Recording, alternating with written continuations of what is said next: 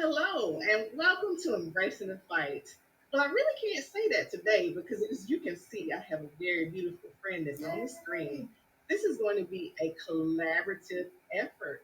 We're going to just have a wonderful conversation about our podcast individually, our experiences, and we're going to move forward. But Embracing the Fight is about normalizing the conversation surrounding physical and mental issues and concerns. And as you know, I am Erica Lamar, and she is De'Shonda Lucas, and she will talk to you about her podcast. All right. Hello, everyone. Let's perch. It is the Shonda from She's Free to Fly podcast. Today, I have a special guest, a dear friend of mine. We have been friends for over 30 years. We matriculated through middle school and high school together, and life just brings you back around to just who you are as a person. And it's so wonderful to reconnect with people who really know who you are, who know your journey, who can see how much you've grown, and we can have true, authentic conversations about our life experiences, both good and bad.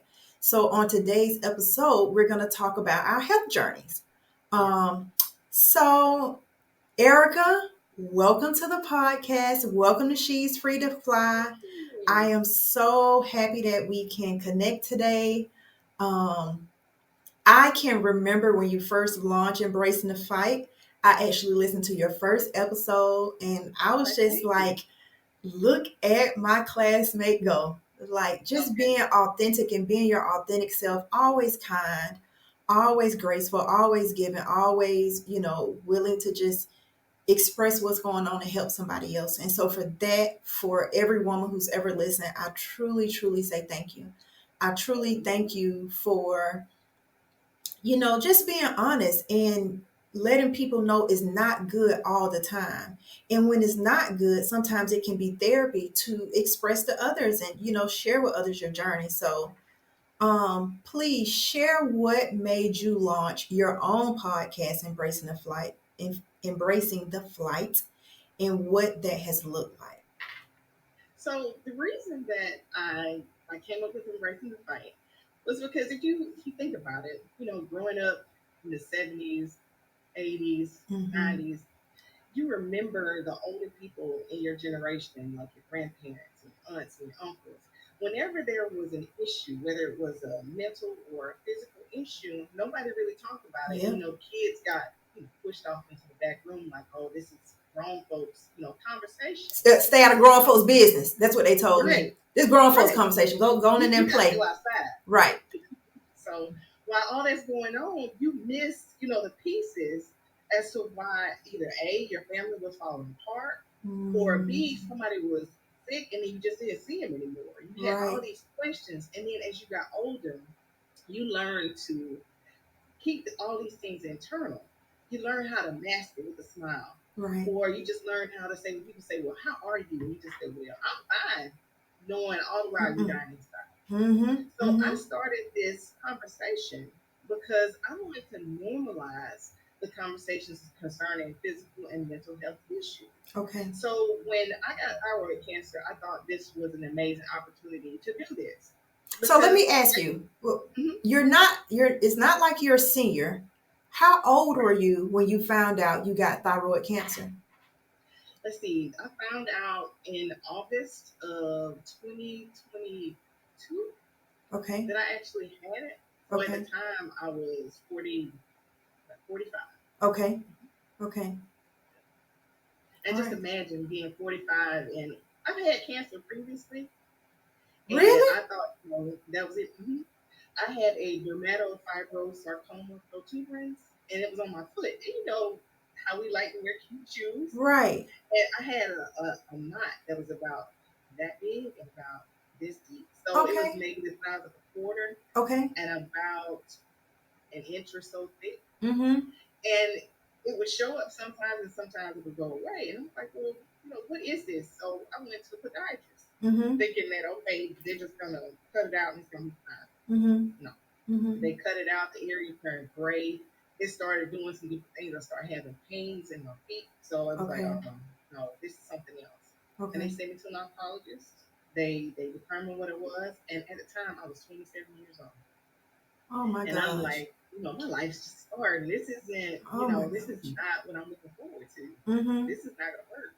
And from that point, I started looking at my health more seriously rather than from a vain perspective in a sense. Because, Okay. when you look at your outward appearance, everybody expects you to look a certain way. But Mm-hmm. when you have things going on internally, you have to have your guard up. You have to say, Right. okay, there's something that's wrong here. I need to get this checked out. Right. And that was my first bout with cancer. So Okay. Okay. this is just round two. This is round two. Okay, so back to round two. So thankful that you made it through round one Yep. and you were, able to get the help that you needed. And sometimes in life we get a little trinkle to prepare us for the big things, That's right. right? That's right. So, and not that cancer, any type of cancer is a small thing, but it seems like you were able to deal with what was going on with your foot, which was almost an introduction for what was to come later. So, tell me, what did that look like later? So it actually had me on high alert because Okay. I knew, if you have a lump or if you have anything strange going on that you need to get it checked out. But in this instance, it wasn't that way because I just thought, I've been gaining weight. So I'm looking at my neck and I'm thinking, oh, my neck is just getting, larger because I'm gaining weight. Mm-hmm. That wasn't the case. And the doctor that I had, she just kept telling me, "Oh, you need to lose weight. You need to lose weight." And she was doing tests. She was doing everything that she was supposed to do, Mm-hmm. but she wasn't looking at the results the way that she should have. Okay. Because if that were the case, they would have found out that I had an issue maybe 5 years ago when I Wow. first went in and complained about it. Because I was tired, my hair was falling out, I was gaining weight, my skin was dry. I had all the telltale signs of issues with my thyroid. Not necessarily thyroid cancer, but a thyroid issue. Okay. And I kept going to the doctor, kept going, and nothing. Okay. Can you go down that list one more time on what were some of the signs that there was an issue with your thyroid? I want to make sure this is really clear. So if any listener, is having some of these issues, then they may go get checked themselves. Okay. I had unexplained weight gain. Okay. I mean, I was gaining 20, 30 pounds a year. And I was Wow. playing tennis. I wasn't eating, excessively bad or anything like that. Right. And it was like, where's it coming from? Okay. Okay. My hair was falling out, especially like in the top, in the middle. Mm-hmm. It was getting to a point where it was thinning and everything. And in our family, I know that we don't have any issues with women with pattern, baldness. Right. So that was the her. Okay. So hair's dry, breaking off, and it's not growing. Okay. Okay. I found myself to be thirsty. Okay. I was extremely fatigued. Mm-hmm. And I couldn't focus. And I didn't realize that brain fog was one of the things too that you would notice because your thyroid basically controls your metabolism Okay. and it helps, regulate your body temperature, stuff like that. So at one point, I was thinking, maybe I'm going through that change, but I wasn't. It was my Okay. thyroid. It was trying to tell me, hey, you need to do something to me, get me fixed, check me out. Okay. And I was doing it, but my doctor was ignoring it. It was Mm-hmm. my gynecologist that actually found out what was wrong. Okay. And sometimes the doctor that finds out is not the doctor that you would think would have found out. So, Right. It's true. all right. Because the gynecologist, she was just looking at me just in general, Okay. and she was like, that doesn't look right. And I was like, what are you talking about? And she was like, your thyroid is enlarged. And she sent me that day to get an ultrasound. Mm-hmm. And after she got the ultrasound back, she called me right away and she said, hey, this is huge. Mm. She said, at first I was thinking maybe 2 centimeters or so. She said, you're actually at 6. And I was like, is your neck really even that big? And she's like, it's going, this way. Right. Instead of like east to west, it's going like north to south. Okay. And she explained that she's like, don't think, that it's cancer because a lot of people have goiter. There are other, issues that you have that can cause a mass to be there. Okay. And she's like, just don't worry about it. Get some rest, do something that you enjoy, get your mind off of it. And then, next week we'll go in and have you tested. Okay. So from that point, she sent me to an endocrinologist. The endocrinologist sent me to a general surgeon because they wanted to get it off. Mm-hmm. But then in that process, a storm came through, couldn't do the surgery. The next time I was supposed to do the surgery, I had seen a neurologist because I was hearing like a ringing in my ears. Okay. And when the ringing would come, I was like, it doesn't happen all the time. Mm-hmm. So I don't have any permanent damage, in my ear. It was just happening. Okay. And she did all these tests. She found out that I had factor 5 lightning. Had I had that surgery in September, I would have had a stroke or some other like heart attack, something would have happened. Ooh, when God says no. Right. Exactly. When So the God says doctor, no. Okay. right. The surgeon read all of that and said, no, we can't do it right now. We have to send you to a hematologist to Mm-hmm. get all this checked out before you can do anything for thyroid. And wait a minute. What does a hematologist do? Hematologist studies your blood. Okay. And they can tell you, like, if you have genetic defects, within your blood that, Okay. like the factor 5 lightning, what that is it causes your blood to clot more often than not. Okay. So I had been having blood clots and didn't know why. I had one on my leg after I played tennis. Wow. And it was hurting. I was like, what in the world is going on here? Wow. That blood clot was on my heart. And you've been an avid tennis player since we were kids. Mm-hmm. Okay. Wow. Okay. I did not know I had any of this going on in my body. Okay. All right. All right. So then what happens next? So then after I had all the surgery and everything went extremely well. That's good. So I started, showing my journey on Embracing the Fight. All from right. that point. I let everybody see where the scars. Because if you look now, Mm-hmm. you really can't even see it because it's right there. Okay. Okay. And I had a drain. I had everything going on. But now, all is well in a sense because I had a radioactive iodine to remove the rest of the thyroid cells that Okay. are left behind. Because, when you have surgery, all right, the surgeons just cut out the organ. They don't make a precision cut like, say, butchers when they're trying to trim fat. Mm-hmm.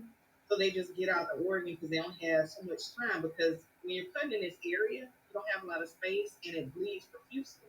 Okay. So you have to do it pretty quick. Okay. It can't be one of those surgeries that lasts 5-6 hours. All right. Okay. So once they get it out, they know that some's going to be left behind because they're not going to go back in and say, "Oh, it's some right there. Let me cut it out." Mm-hmm. They just say, "Okay, we're going to come back. We're going to determine if you need, radiation or anything like that." So because it was so large, the mass was so large on my thyroid, they had to do the radioactive iodine in order to kill the rest of the cells. Okay. Now, the downside of the radioactive iodine for like younger women that are looking to get pregnant, have kids, they advise against it for at least a year. Okay. So it doesn't do anything else to you, and you're not supposed to be around pregnant women or children right when you have this done. Okay. Because you're basically glowing. You're radioactive. Wow. Okay. Yeah, so they tell you to stay 6 feet away from people after you get this done. So that was an interesting thing. Hold on, wait a minute. So, okay, I've never thought about this. Now you're making me think about stuff. Okay. So, when people have cancer and they get radiology, they're radioactive. No. No. So okay. Just get the radiation. They'll go in and they'll put like this thing that's like a cast. Okay. On them, and they perform. They do the radiation on them. The radioactive iodine, you eat it. You actually put the pill, in your mouth, so it's coming back out. Okay. So radiation is going in to try to kill whatever this is. This is going straight to the thyroid cells, and then it's coming out through like your saliva, tears, all your bodily fluids. It's coming out that way, but it can come through your skin, like if you're sweating. Wow. So it's like you're going around sprinkling radioactive matter in a sense. That's why I called it my glow day. Your glow day. Okay, what is your glow day? So that was a day that they actually administered me the radioactive iodine. Okay. Because it was a 3-step process. Because some people choose not to get the shot to reduce the thyroid hormone that's still being produced in your body. Mm-hmm. I opted to do it because otherwise I would have to go 30 days without taking the thyroid medication, and your body basically goes into a stupor when you do that. Mm-hmm. You're tired, you're listless, you can't focus. I was like, no, just go ahead and give me shots. So they give you, a shot on either cheek because you get two. They wanted to spread, the pain, I guess. Mm-hmm. And then after you get those two shots, on the day that you get the second shot, they give you a small dose of radioactive iodine. Then they do a full body scan to kind of see, where those thyroid cells are now, Mm-hmm. and if they are indeed like cancer cells. And then the next day you come back and you get the high dose. I got 164.8 millicuries. That's an extremely, high dose. So Wow. over time, it's going to take maybe 3 to 6 months for it to be completely out of my system. Okay. But the very first day, it was like, as soon as you take it, a whole bunch of it is like, come back out as being expelled. Oh wow. But now it's just a little bit over time. Okay. Okay. So how have you, like, since the procedure, how do you feel now? How's your energy level now? How are you, how's your fatigue? Like, how are you just feeling as a whole person now? Okay, so the first week after I was tired Mm-hmm. because I felt like my body was fighting. And I would wake up, my eyes would be dry, my mouth would be dry, I'd Mm-hmm. be extremely thirsty Mm-hmm. because your body is fighting, it's Mm-hmm. working. Mm-hmm. So it's working hard while I'm asleep, and I wake up and I feel exhausted. Mm-hmm. But it's getting better and better, each day. That's Like this good. morning when I got up, I was like, ooh, I feel good. I don't feel like how I was feeling the other day because one day I had to call into work because I just could not get up. I Okay. couldn't get up for anything, and by the time I got up, it was almost noon. Okay. And I go to work at I get up for work at 3:30 in the morning, Oh. and I'm at work by 5. And if I'm getting up at noon, that's 7 more hours. That's a whole, almost another full night of sleep. Right. In addition to the full night of sleep. Right. So I slept maybe 14 hours. Wow. But see, now I'm at a point where I feel better. Okay. But everything tastes like baking soda. Okay. Baking soda. Okay. Mm-hmm. So a lot of people say that when they get the radioactive iodine, Uh-huh. that they have a metallic taste in their mouth. Not me. Uh-huh. Everything tastes like baking soda. Okay. Water tastes like baking soda. Candy tastes like baking soda. Fruits, vegetables, I don't care what it is. It all tastes like baking soda. And they said, oh, this might last 4 to 8 weeks or 3 to 6 months or whatever. And I said, well, I'm going to be losing weight because I can't stand the way this stuff tastes. Right. Right. That may be a blessing in disguise. It might be a blessing in disguise. Okay. I'll take the baking soda. I don't want but a little bit of it. Are you back to playing tennis? So I will be maybe in a week. All Not right. because of this, because I could be playing, the whole time. Okay. It's just a matter of, finding some folks to play with. Right. Right. All right. Right. Yeah. Man. All right. So embracing the fight. What are 3 ways that you have embraced your fight? So I embraced it spiritually first. Mm-hmm. Because regardless of what any of the doctors say or anyone around you had to say, it doesn't matter because God has to find himself. Mm-hmm. So I knew then that I had to continue to take to him and trust him, have faith. Yes. And I knew that in embracing the fight, when I bring other people on to talk about their testimony, right, I'm supposed to encourage.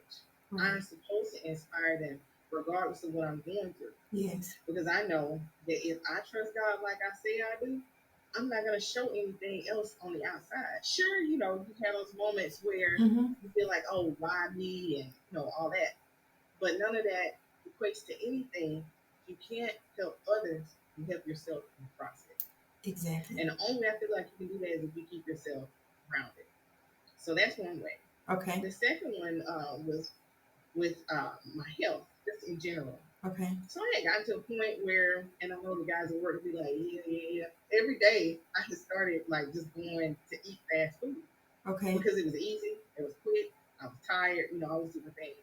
And they would come in and say to me, how are you going to help your body to fight if you're not giving it the right stuff to fight with?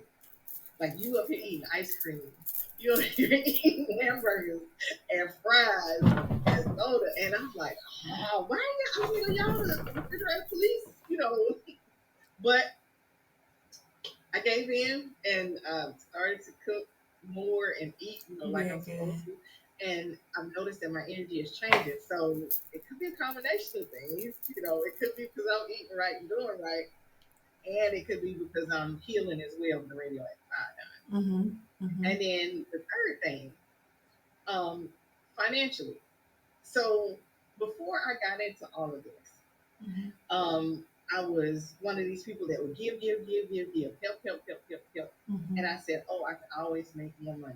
Mm-hmm. But then when tragedy struck and Mm-hmm. all these medical bills started coming, and the Mm-hmm. company wasn't paying like they were supposed to, insurance not paying as much, as you would like them to, then it's like, hold on, wait a minute. Do I really need to go get pedicure? Do I really need to go get my hair done? And I could do these things, myself. Why am I paying, for all of these things? Why not, just try something else? Because I'm not being a good steward. Okay. So that went back to God. God Okay. says that, you have to be a good steward. Mm-hmm. So he expects more of those and he gives more too. Right. So how is he gonna keep giving me more? And I'm over here doing, just giving, giving, giving, and doing, doing, doing. And then too, the people that I was giving to might have been people that he wanted to, go through something in order to get them closer to him. But I was blocking their path by just saying, "Here, here's $1,000. You Here's better $2,000. say it. You Here's better three say thousand it. dollars." And now that my little well is drying up, those people know where to be found. You better say it. Let me So tell you, those are if Erica take care of everybody's problems, what is God gonna do? absolutely They ain't got nothing. no reason to depend on him. Right, right. He's gonna come to me and say, "Okay, tap me on the shoulder and say, look at all of what you give these people. Where are they now? Right. And I'm still here." Right. Right. So those are the three things I learned. And when That's I say I awesome. learned them, All right. I learned them. You learned them. You I learned them. did. You Absolutely. I can learned write a them. book about it. Congratulations. I think you should, as you should, Oh, yeah. as you should, as you I should. will. Man. Okay. One thing that you would tell to anyone listening who has questions about their health. So if you have a question about your health, go and seek advice. Don't wait. Because that thing inside of you, that intuition, it's speaking to you. It's God speaking to you saying, hey, something is not right here. You're not crazy. Go ahead and get this checked out. Because as long as you wait, the worst can potentially get. Right. Right. And so this is like so perfect. This is exactly what made me listen to Embracing the Fight. And when I heard the beginning of the podcast, the beginning of your first episode, like I didn't even know this was going on. And so I was just curious of what did this journey look like for her? Because I remember my own journey. Um, I was 33, 34 years old. And in that year, I had bought a new house. I was a single parent, and my daughter was young, and she was in every single thing, school, dance, soccer, probably at this point, just everything you could think of. And there was always somewhere to go. There was always something to do. And at the same time, had just started my doctoral study. So I was in school getting my doctorates. So the stress of trying to buy a new house, the responsibilities of being a parent. I also had a government contract with the state that I was working on, and I was working on my doctorates. So I was so used to being tired. Like sometimes you can live at a particular state for so long that you think it's normal. And so I had began to think it was normal that I was tired. And I had been self-employed for a few years at that point. And so for a while, I didn't have health insurance. So I'll never forget, it was September, my new health insurance kicked in. And the first thing I did was schedule me a physical because I hadn't been to the doctor in like a couple of years. Now, my daughter had health insurance, of course, but I did not. So when I got new health insurance, like the first thing I need to do, and I know this, I got to take care of me. That's right. Because taking care of me takes care of everything around me. If I don't take care of me, I can't take care of my daughter. I can't take care of my household. I can't be there for my family. I can't be there for my friends. Like I am the center of my world. So I have to take care of me. So I'll never forget, like I set that first appointment up for a physical, and it was actually a nurse practitioner who saw me. And a lot of times when people make their initial appointments, they want to see the doctor. They don't want to see the nurse practitioner. Baby, just let me see somebody. And God was so good and so amazing. She was so wonderful and she was so thorough and she went through every single thing. And I had been to doctors before, doing regular visits, growing up, but she was just a great nurse practitioner. And I want to give nurses and nurse practitioners credit for the work that they do because they are frontline workers. You see the doctors after you see the nurses. You know what I mean? I mean, you see the doctors after you see the nurses. So we went in, and of course they do your weight and they do everything, and they put you on the EKG machine. And she comes in with the report, and she said, your heart rate looks a little irregular." And I was like, "Oh, okay." And I'm not tripping. I'm like, "Oh, okay." She said, "Can we take you next door to do an X-ray?" So I was like, "Yeah." So I walked out of one room and walked into the other, and they did an X-ray on my heart. She says, "The left side of your heart's enlarged." And I was like, "Oh, okay." Now, I had never been sick in my life. I think I got stitches when I was a kid on my hand, but outside of going to have a baby, and I told people, I think in an episode before, I don't know nothing about having no baby, honey. I went to sleep, I woke up, and I had a baby. Okay? You sound like my mama. I'm telling you, I don't know nothing about having no baby. Having a baby makes me nervous. Like right now, my legs are clenched. I'm so serious. I don't know nothing about having no baby.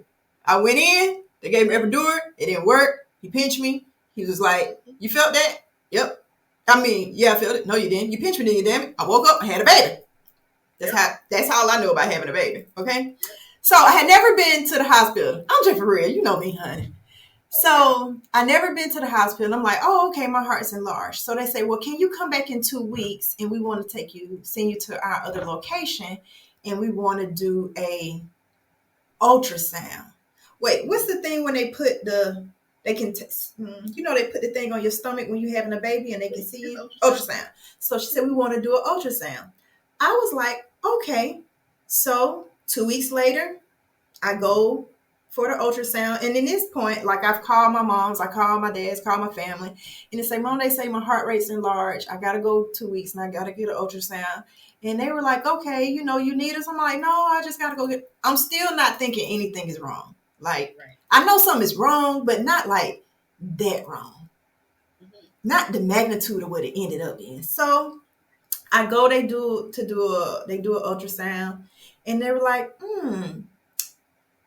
"Yeah, we need to send you to get they do the ultrasound. Yeah, your heart rate is really irregular.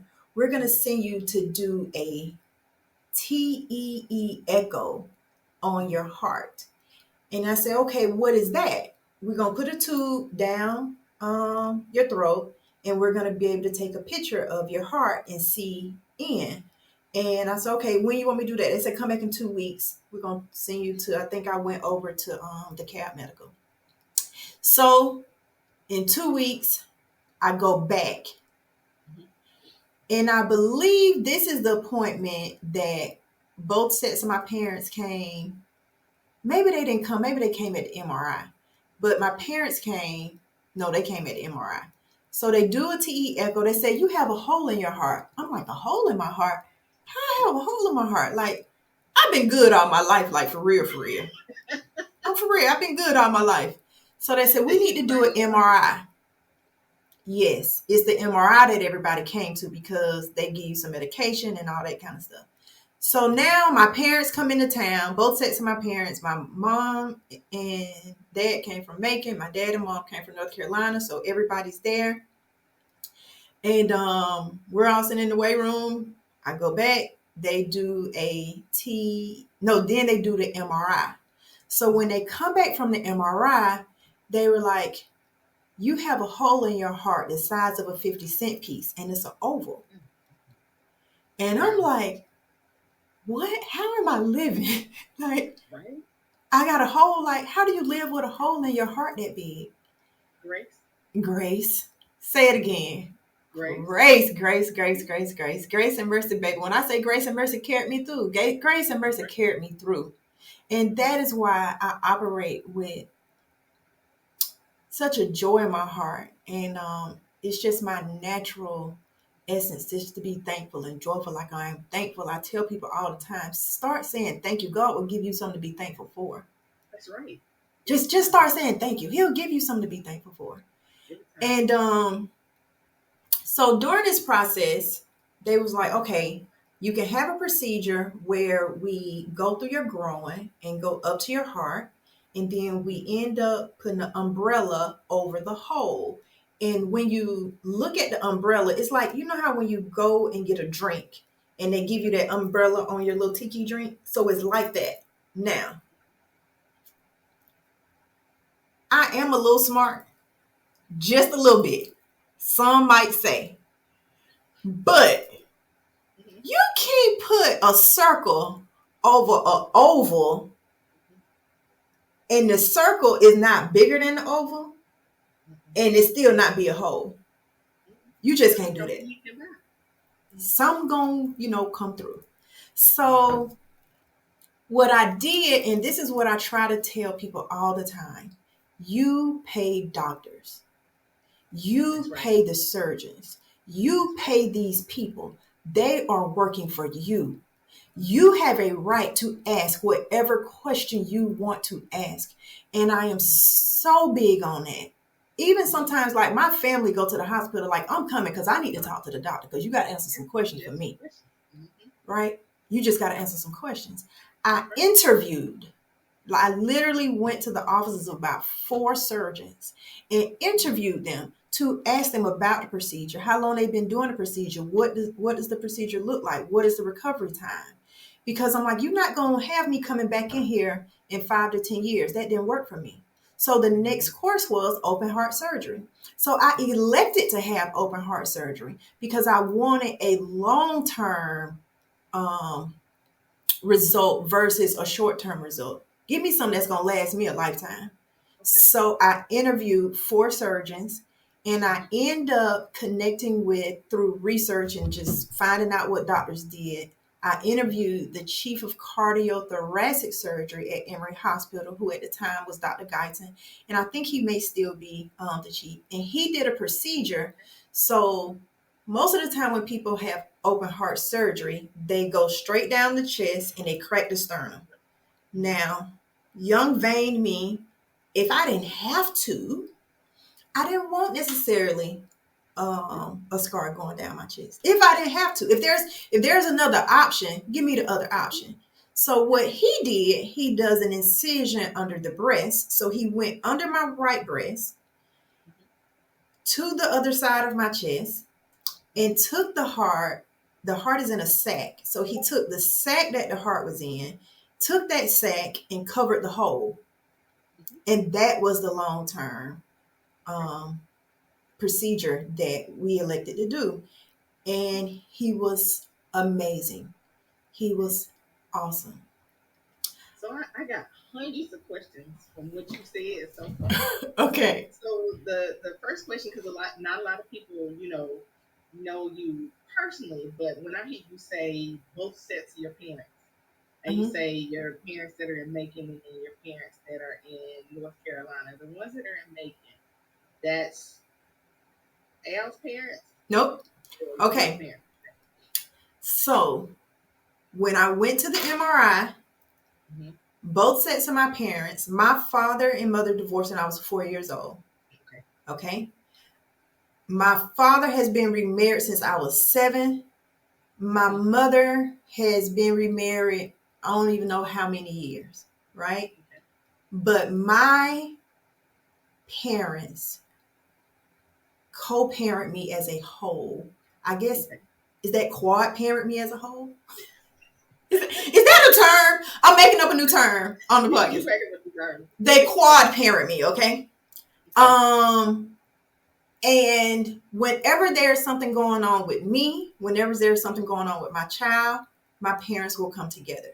Okay. So when I did the MRI before the procedure, my two sets of parents came. Okay. Now let me take you to surgery day. Okay. Surgery day, both sets of my parents came. So my dad and my mom came. Mm-hmm. My mom, I don't even know if my mom was remarried at the time. My mom was there. Mm-hmm. Al's parents were there, Mm-hmm. and a host of family. Like my blended mom side of the family was there. Um, I think they said my sisters came up or I was talking to them on the phone, but Mm-hmm. a host of people were at this hospital Mm-hmm. because they all love me. Mm-hmm. And so I was surrounded by love when it was time for my surgery day. Now, most of my appointments leading up to the surgery, I went to by myself. Okay. I really did. And I had several appointments. I went to them by myself because I don't think no one knew just how major Mm-hmm. the surgery was or what was going on. Like, you couldn't imagine how big it was until it was over. And you're like, wait, did that just happen? Because it happened so fast. I have a cousin right now that whenever we talk and the topic comes up, he tells me the guilt he feels for not being there with me during that time. And I had to tell him, like, I ain't know either. Like, nobody knew how major it was. Right. But when it was like surgery day, everybody comes together. So Right. let me tell you about the blessing. Hold on, before we get to that part. Okay. During the whole time of me preparing for surgery and going through these appointments, so you know how you mentioned how your coworkers were like, what you eating and stuff like that? Mm-hmm. Correct. I am going to prepare my body for healing. Right. And I want a lot of people to know that. Like when you are going through something, you have to prepare your body for healing. And Mm-hmm. so, in prepare my body for healing, I spent so much time, like spiritually preparing myself, just really, really being present with God. During the entire time of me getting ready, there was one song that I listened to. I listened to it before my surgery. I listened to it the morning I got ready to have surgery, and I listened to it while I was healing. And the song says, all I need is a touch from you. Okay. All I needed was a touch from God. That's all I needed. And I knew that was all I needed. And even when I go back and think about it, like when you have open heart surgery, you literally die and they have a body holding your organs in rhythm and together. And Yep. without that touch from God to get me back, it wouldn't have happened. All I needed was a touch from God. So that's how I spiritually like really prepare myself. So I do have a follow up, for the question about your parents, and this is a perfect segue into it Uh-huh. because you're explaining how you prepared yourself spiritually.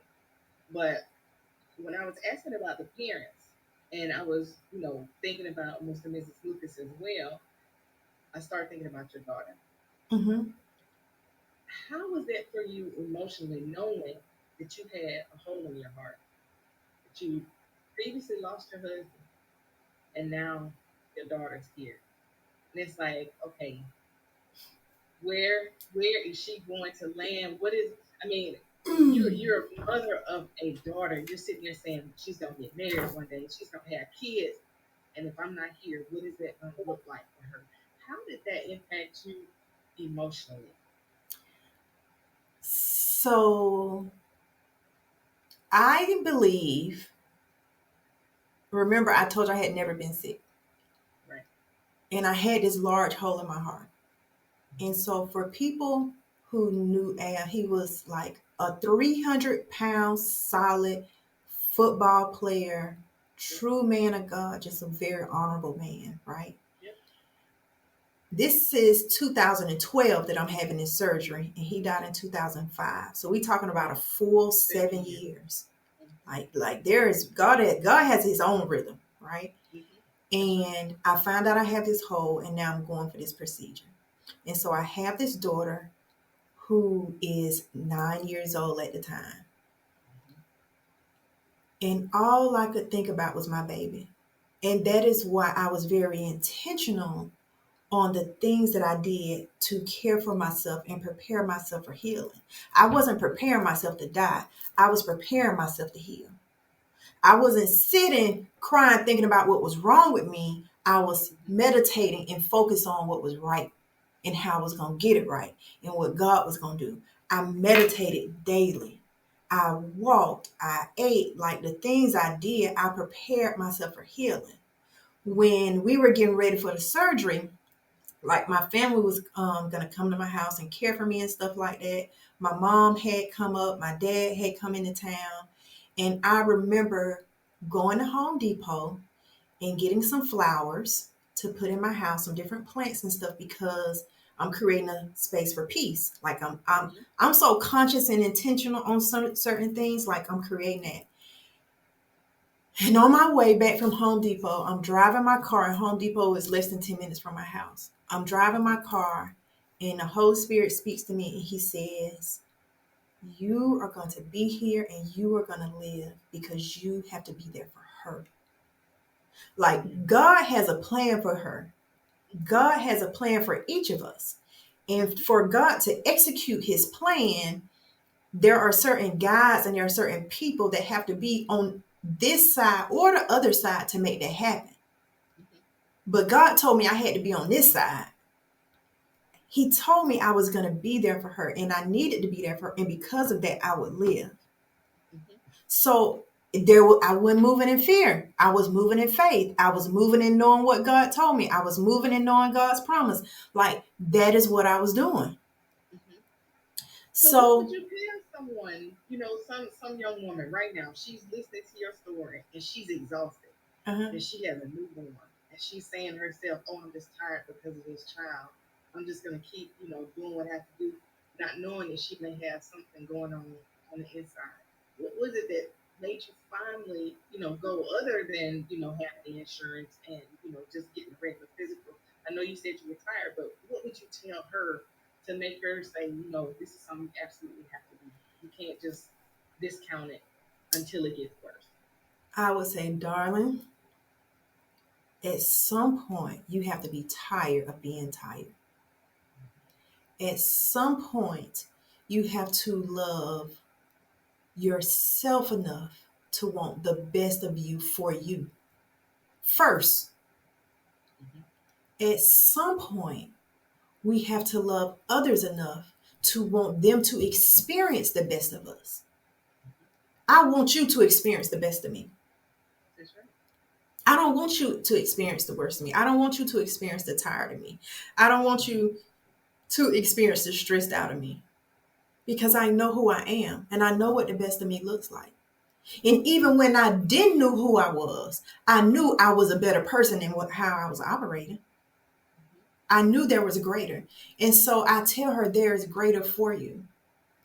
When you want the exterior in your life to turn around, it starts with you. It starts with the person. People are getting the best of me because I'm the best of myself. I didn't get that. Could you try again? Look, that's serious. Seriously, what you say? Look, she didn't get that. Say it again for the people in the back. Say it again. Seriously, say it again for the people in the back. You getting the best of me because I'm the best of myself. Like, for real. Yeah. And that is what it is. And having people who are concerned with your well-being. Yes. I want you to be the best of you. You telling me you're feeling bad, baby, what we gonna do about it? Me and my girlfriends, like, we have a group text. Okay, I scheduled my mammogram. You scheduled yours? Yeah. That's good. My girlfriends who are who are a little bit further in life, more seasoned. Yes. I scheduled my colonoscopy. Did you schedule yours? Women die of heart disease more than any. Go get it checked. Why not? I'd rather walk around knowing than not knowing. Right. People say ignorance is bliss. Ignorance is BS. That's what ignorance is. It's not bliss. Ignorance is BS, especially when you don't have to be ignorant. That's right. So that's what it looked like. Okay. That's what I'm telling them. Okay. And then when she comes back to you and says, okay, I don't have insurance and I have this child, what was recovery, like for you? Did you experience any losses or anything that would make you say, you know what, maybe I should have done something different or whatever? What would you tell this young woman? Because she's starting to worry now. Like, will I be able to take care of my child? Because it's just, You got to connect. You got to connect. Some people, I don't take for granted the family I have. I have an amazing family. There were probably about 15 to 20 people in the hospital. It might have been more than that. I don't know. I was back there asleep, right? I have an amazing family. But that is why a relationship with God is so important. mm-hmm. Start calling the people that you want to your life into your life. That's right. A lot of people now, especially since COVID, have so gotten out of going to church. I was raised in a church. I'm going to go to God's house because I want to connect with his people. I want to worship with his people. I want to bless his people. I want to be blessed by his people. We have to start building relationships. That's true. You reach out to She's Free to Fly. Follow it on Instagram. So what is that about? She's Free to Fly. Um, She's Free to Fly. Cross-generational conversations between women to love, to learn, and to lead. And we really do what you and I are doing right now. Just having conversations about life, having conversation about our experiences, because we all have something to share with one another. We all have something to learn from one another, and we all should be loving one another. Like, I just believe that. So what made you do it though? It just came down one day and you said, okay, it's a good idea. No, so Mariah is 20 now. Okay. And since she has been in school, she's had different experiences. And each experience was to allow her to reach another level. I've always asked, what do you need in this point? I always ask God, what does she need? And so at each level, you're free to fly, you're free to explore. When she went off to college, she chose to go to school in California, and we live in Georgia. Baby, you're free to fly. When she got to California, she decided she was doing study abroad. She wanted to go to school in Paris. You're free to fly. She went to school in Greece. You're free to fly. She's back in California. She's free to fly. I'm just praying that the girl comes and lands and perch back in Atlanta with me just for a little while. She's still free to fly, but man, I told her the other day, because she's already accepted a job offer in Atlanta. And I told her, but she still has the freedom to interview and do whatever she wants. I said, Mariah, let me tell you something, girl. Now, I know I told you you're free to fly, but you bringing your butt home for a minute. I miss my baby. But in that, I realized I was free to fly. Yes. Even in my heart surgery. Think about your thyroid surgery. When we have these experiences and we go through what we have to go through, after that, we are free to fly. And us being free to fly helps other people become free to fly. Let me blow your mind. At the hospital, I'm having my surgery. When you have the major surgeries, you can ask for a chaplain to come over and pray for you, right? I asked for a chaplain to come pray for me. The chaplain comes in and prays for me, with me. Young black guy, he comes in and prays with me. Then he goes out. He talks to my family. He talks to my family, and they mention they're from Macon. He says, Okay. hey, I was adopted and my birth mother was from Macon. This is at my procedure. Your birth mother's from Macon? Yes. Her name was such and such. He tells my family who his mother's name was. Mm-hmm. Please tell me why he was able to identify exactly who his mother was, has found his siblings because of my surgery, and now another family is reunited. That's because God specializes in the impossible. He specializes in the impossible. Our freedom leads other people to freedom. That's right. Just imagine if you never asked for him to come pray. If I never And asked for him to just come pray. wondering. If I never went and got surgery, if I never interviewed the doctors, if I never chose the doctor I did, if I never went on the day that I did, God specializes in the impossible. I went and had surgery the Monday before Thanksgiving. I got out of the hospital on Thanksgiving Day. That's why Thanksgiving is such an important holiday for me. It is my most favorite holiday. And you know what? My surgery was around Christmas. Yeah, I went in on December the 21st, came out on the 22nd. And even though I wasn't able to eat all the stuff that I like to eat, exactly. for Christmas, Yeah, I was glad to be in the land of the living to celebrate the birth of our Savior. I know that's right. Love Christmas. I know that's right. Oh, man. Man. Ladies, we got to care for ourselves. When we care for ourselves, we care for the world. I don't care what nobody say. When I am right, the world is right. You have to be able to be an advocate for yourself. Just Yes. because one person tells you one thing doesn't necessarily mean it's right. You have the right Yes. to get a second opinion. Because imagine if you never got one. Yes. What would happen? What would that outcome have been? If I had to just say, okay, well, I'm Right. going to stick with this doctor. Right. Right. I could be, fourth stage now. Right. Trying to figure out, what are the steps from Right. this point. Oh, I might not even make it at all. Right. Imagine if you never went to the gynecologist and you just kept going to the doctor. Imagine if I waited and I couldn't see a doctor and I said, you know what, I don't want to see a nurse practitioner. Stop trying to determine who's sent here to help you. Ask God, God, send your people. Amen. Girl, you better say that. God, send your people. Mm-hmm. And that's what we're meant. Go ahead. I'm sorry. I was thinking it was actually a little funny thing that I was thinking about when you said you were kind of smart. No, girl, you were smart. All of us, class of '96, we were smart. But you made me think about Mr. Jersey when he used to teach us geometry. He was like, this circle is not going to cover this oval. That man is standing up right now applauding because we heard him listen and said, no, this is not going to be so. That's right. That's right. We learning a little bit for a lot. Oh, yeah. We learning a little bit for a lot. It's the application. Yes. What we learned. Yes. Yeah. Yes. We were a pretty smart class. Yeah, we were. Erica was real smart, y'all. She was real smart. I was smart, but I was doing all other kind of stuff. Like, you don't know the half. But look, by the grace of God. We learned. Look, yep, by the grace of God. Grace and mercy. We made it through. Our testimony is going to be used to help someone else. Grace and mercy. I mean, it is so wonderful. Man, it was so wonderful to do this with you. And it's wonderful for so many reasons. One, is wonderful to connect with people who have the soul that you have, who have the upbringing, who have the values and the morals and stuff that you have. Like, we come from the same place.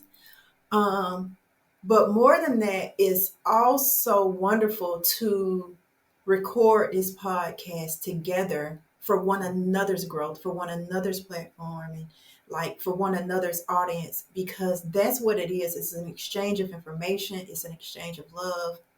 It's an exchange of fellowship. And that is beautiful. Like, before we got on, so she used one system, I use another system. Y'all, I do not know how to work this stuff, okay? We spent about 20, 30 minutes trying to figure out, I'm going to get it. I'm going to get it. I'm going to get it. I'm going to get it. People ask me, somebody was asking me just yesterday, like, how's the podcast doing? I'm not concerned so much about how it's doing. I'm more concerned that I am doing it. That's right. When I'm doing what I'm supposed to be doing, God gonna take care of the rest. That's right. So yeah. I mean, I felt the same way, because initially people are always saying, well, how many subscribers do you have and how many listening hours do you have? I was like, look, as long as it changes one person's life at a time, yes, God is gonna make it grow. Yes. It's gonna do exactly what it's supposed to do. Yes. As long as I stay consistent and do exactly what it is. So, girl, we gonna be in the same little boat going down the ocean, out and bringing more people in, getting them to where they can talk about their issues, get past their issues. Right. Right. And I'll definitely be sure to refer people to you who I know have had an experience that would be great for your listeners. Okay, I appreciate that. Yeah. And with all the older ladies, seasoned Seasoned. saints Yes. that are in my family, I know we can do a roundtable discussion with them and probably hear some things that will change lives and, Yes. bring even more people to want to have these kinds of conversations. Yes. I hope so. I definitely hope so because she is free to fly. I am that she, and you are that she, and they are as well. So, um, I thank you. I thank you. I always say thank you. I pray that you receive my love. I pray that you feel God's grace, and I pray that you share it with others. And I am signing out, and you may as well. Okay. But I absolutely love this episode because I haven't talked to you in years, haven't Right. seen you in years. And it's so great to see you. I mean, you look amazing. Thank You you. are so eloquent and you're still so giving, so kind, so loving, such a beautiful person. And I'm glad that, God connected us in middle school and we're Right. still moving forward. And then Right. you can see him Right. in both of us Right. as we go through our lives. Right. And anyone who's out there that's struggling with who they are, what they want to be, take the time to check out her podcast because you're free to fly. That's And right. if you are struggling with something within and you're worried about your health, come embrace the fight with me. I'm Yes. here, she's here, Yes. and God is here with us. Yes. So I'm signing out, and I just really am glad that we had a chance to do this. Me too. Me too. When you embrace the fight, you win. That's right. When And you then embrace the fight, you win. We both won because we embraced the fight. So that's thank right. you. And now Thank you we for ready the to fight. invite. Y'all, she put out the bat signal. I was like, I She's like me. got it. I got it, baby. I will support you through anything. And that's just who I Same am. here. Yes. Absolutely. All right. Feel free to call me anytime. Yes. All right. Bye bye.